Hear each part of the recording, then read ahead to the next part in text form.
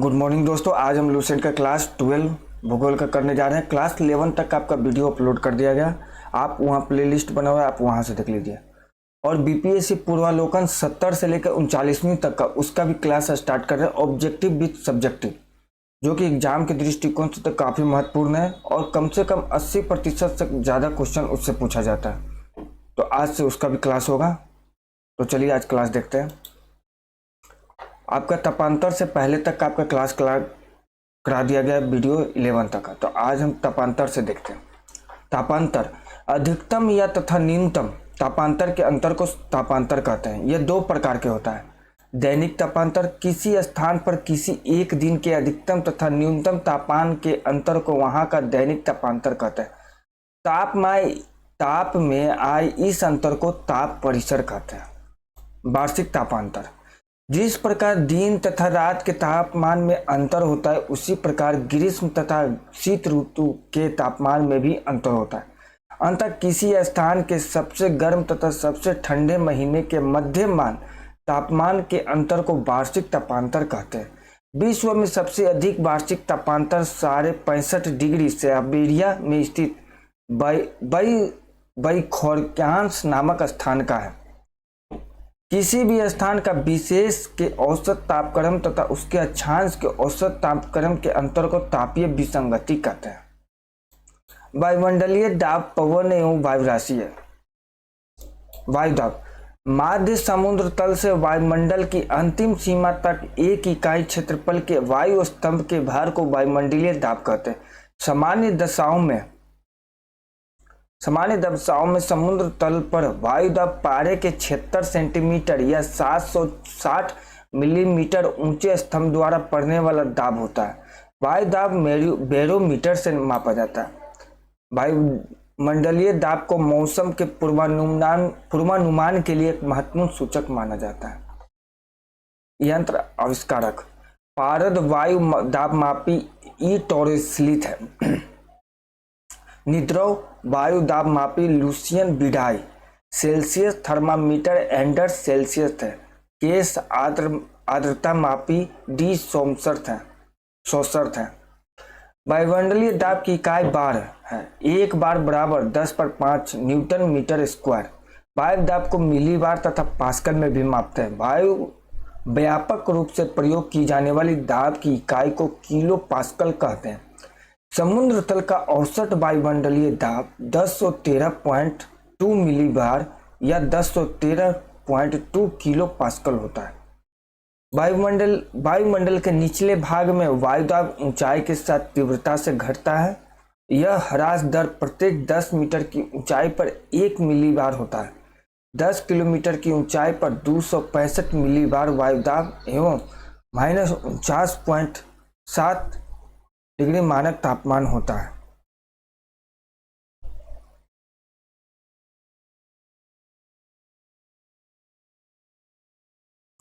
समदाब रेखा वह कल्पित रेखा जो समुद्र तल के बराबर घटाए हुए समान वायुदाब वाले स्थानों को मिलाती है, समदाब रेखा कहते हैं। वायुदाब को मानचित्र पर समदाब रेखा द्वारा दर्शाया जाता है। दूरी की प्रति इकाई पर दाब के घटने को दाब प्रवणता कहते हैं। जब समदाब रेखा एक दूसरे के पास होती है तो दाब प्रवणता अधिक होती है, परंतु जब समदाब रेखाएं एक दूसरे से दूर होती है तो दाब प्रवणता कम होती है। दूरी के संदर्भ में दाब परिवर्तन की दर दाब प्रवणता है। पृथ्वी के धरातल पर 4 वायुदाब कटिबंध है। विषुवत रेखीय निम्न वायुदाब यह पेटी भूमध्य रेखा से 10 डिग्री उत्तरी तथा 10 डिग्री दक्षिणी अक्षांशों के बीच स्थित है। यह सालों भर सूर्य की किरणें लंबवत पड़ती है, जिसके कारण तापमान हमेशा ऊंचा रहता है। इस कटिबंध में धरातलीय क्षैतिज पवनें नहीं चलती, बल्कि अधिक तापमान के कारण वायु हल्की होकर ऊपर को उठती है और संवहनीय धाराओं का जन्म होता है। इसलिए इस कटिबंध को 7 कटिबंध या डोल्ड्रम कहते हैं। ध्रुवीय ऊंचे उपध्रुवीय निम्न 66.5 डिग्री, उपोष्ण विषुवत निम्न, उपोष्ण उच्च, उपध्रुवीय निम्न, ध्रुवीय उच्च। दोस्तों ये देख लीजिएगा एक बार चित्र। नोट, विषुवत रेखा पर पृथ्वी के घूर्णन का वेग सबसे अधिक होता है, जिससे यहाँ पर अपकेंद्रीय बल सर्वाधिक होता है, जो वायु को पृथ्वी के पृष्ठ से परे धकेलती है। इसके कारण भी यहाँ पर वायुदाब कम होता है। दूसरा, उपोष्ण उच्च वायुदाब। उत्तरी तथा दक्षिणी गोलार्धों में क्रमशः कर्क और मकर रेखा से 35 डिग्री अक्षांशों तक उच्च दाब पेटियां पाई जाती हैं। यहाँ उच्च दाब होने के कारण दो हैं।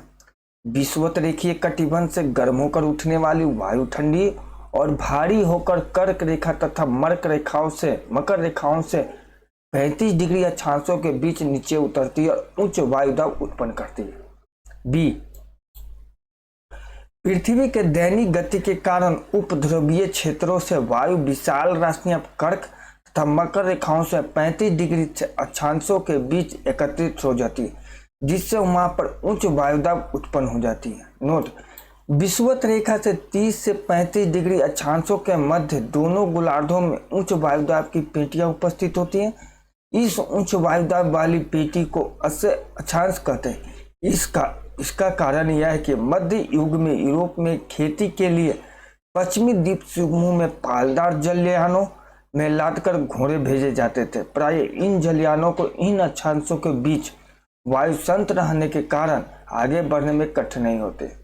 अंततः जलयानों का भार कम करने के लिए कुछ घोड़े समुद्र में फेंक दिए जाते थे। उपध्रुवीय, पहला विषुवत रेखीय निम्न दाब, दूसरा उपोष्ण उच्च दाब, तीसरा उपध्रुवीय निम्न दाब। 45 डिग्री उत्तरी तथा दक्षिणी अक्षांशों से क्रमशः आर्कटिक तथा अंटार्कटिक वृत्तों के बीच निम्न वायु भार की पेटियां पाई जाती हैं, जिसे उपध्रुवीय निम्न दाब पेटियां कहते हैं। चौथा, ध्रुवीय उच्च वायुदाब। 80 डिग्री उत्तरी तथा दक्षिणी अक्षांश से उत्तरी तथा दक्षिणी ध्रुव तक उच्च दाब पेटियां पाई जाती है। पवन,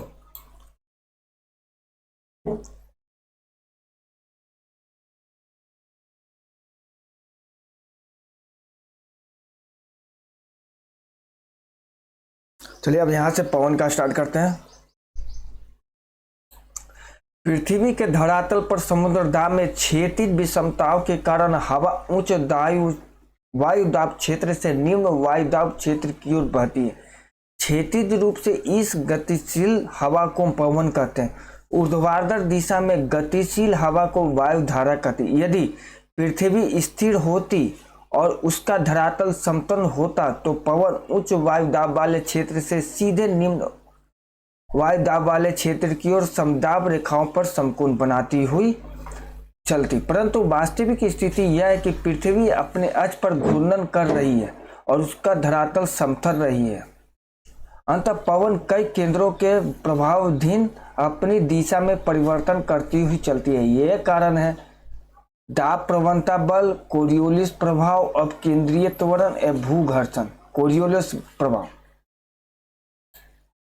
पृथ्वी के घूर्णन के कारण पवनें अपनी मूल दिशा में विक्षेपित हो जाती है। इसे कोरियोलिस बल कहते हैं। इसका नाम फ्रांसीसी वैज्ञानिक के नाम पर पड़ा, जिसने सबसे पहले इस बल के प्रभाव का वर्णन 1844 ईस्वी में किया।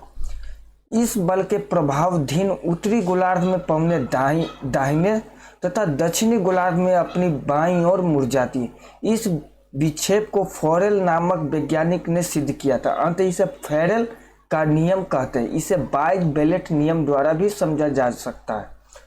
इस नियम के अनुसार यदि कोई व्यक्ति उत्तरी गोलार्ध में पवन की ओर पीठ करके खड़ा हो तो उच्च दाब उसके दाईं ओर तथा निम्न दाब उसके बाईं ओर होगा।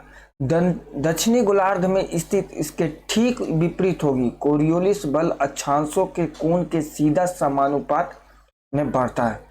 यह ध्रुवों पर सर्वाधिक एवं विषुवत वृत्त पर अनुपस्थित होता है, यानी ध्रुवों पर पवनों की दिशा में अधिकतम विक्षेप और विषुवत रेखा पर पवनों की दिशा में कोई विक्षेप नहीं होता।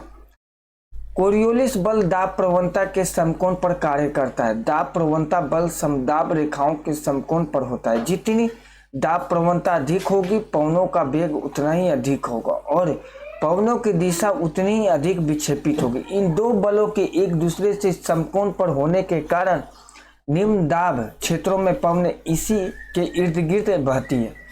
विषुवत वृत्त पर कोरियोलिस बल शून्य होता है और पवनें समदाब रेखाओं के समकन पर बहती है, अतः निम्न दाब क्षेत्र और अधिक गहन होने के बजाय पूरित हो जाता है। यही कारण है कि विषुवत वृत्त के निकट उष्णकटिबंधीय चक्रवात नहीं बहते। पवनें निम्न प्रकार के होते हैं: प्रचलित पवन, मौसमी पवन और स्थानीय पवन। प्रचलित पवन पृथ्वी के विस्तृत क्षेत्र पर एक ही दिशा में वर्ष भर चलने वाली पवन को प्रचलित पवन या स्थायी पवन कहते हैं। अस्थायी पवनें एक वायुभार कटिबंध से दूसरे वायुभार कटिबंध की ओर नियमित रूप से चला करती है। इसके उदाहरण है पछुआ पवन, व्यापारिक पवन और ध्रुवीय पवन। पछुआ पवन दोनों गोलार्धों में उपोष्ण उच्च वायुदाब कटिबंधों से उप ध्रुवीय निम्न वायुदाब कटिबंधों की ओर चलने वाली अस्थायी हवा को इनकी पश्चिमी दिशा के कारण पछुआ पवन कहा जाता है। पछुआ पवन का सर्वश्रेष्ठ विकास 40 डिग्री से 65 डिग्री दक्षिणी अक्षांशों के मध्य पाया जाता है। यहाँ के इन अक्षांशों का गरजता चालीसा, प्रचंड चालीसा तथा चिखता साटा कहा जाता है। यह सभी नाविकों के दिए हुए नाम नाविकों के दिए हुए प्रचंड चालीसा, गरजता चालीसा और चिखता साटा। व्यापारिक पवन लगभग 30 डिग्री उत्तरी और दक्षिणी अक्षांशों के क्षेत्रों या उपोष्ण उच्च वायुदाब कटिबंधों से भूमध्य रेखा निम्न वायुदाब कटिबंधों की ओर दोनों गोलार्धों में वर्ष भर निरंतर प्रभावित होने वाले पवन को व्यापारिक पवन कहा जाता है। कोरियोलिस बल और फेरल के नियम के कारण उत्तरी गोलार्ध में अपनी दाईं ओर तथा दक्षिणी गोलार्ध में अपनी बाईं ओर विक्षेपित हो जाता है। चलिए ये देख लेते हैं थोड़ा छोटा सा स्थानीय शीतल हवाएं। नाम अब स्थान, इसको याद करिएगा। बिली भाव इसका स्थान है अलास्का। बोरा का स्थान है एड्रियाटिक तट। मिस्टर का स्थान है स्पेन और फ्रांस। बुरान का स्थान है रूस। बाइज का दक्षिणी फ्रांस। पेम्पीरो का अर्जेंटीना स्थान है। फिरियाजेम का ब्राजील अक्षांश है। नॉर्दर का संयुक्त राज्य अमेरिका। नौटी का संयुक्त राज्य अमेरिका। पोनेंटी का दक्षिण अफ्रीका। पेपागायो मेक्सिको का। मेस्ट्रो उत्तरी इटली का। नेवाड्रोस इक्वाडोर का। बिली ऑस्ट्रेलिया का। सिस्टान पूर्वी ईरान का। हबूत सूडान का। टुडा प्रदेश का। केप डॉक्टर दक्षिणी अफ्रीकी गणतंत्र। इसे टेबल ब्लॉक कहते हैं। ध्रुवीय पवन ध्रुवीय उच्च वायुदाब की पेटियों से उप ध्रुवीय निम्न वायुदाब की पेटियों की ओर प्रवाहित पवन को ध्रुवीय पवन के नाम से जाना जाता है।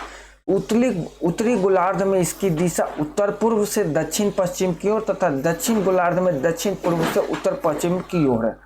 मौसमी पवन मौसम या समय के परिवर्तन के साथ जिन पवनों की दिशा बदल जाती है उन्हें मौसमी पवन कहा जाता है, जैसे मानसूनी पवन, स्थल समीर तथा समुद्री सवन इत्यादि।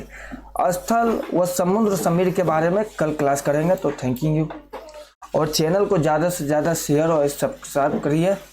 तो थैंक यू।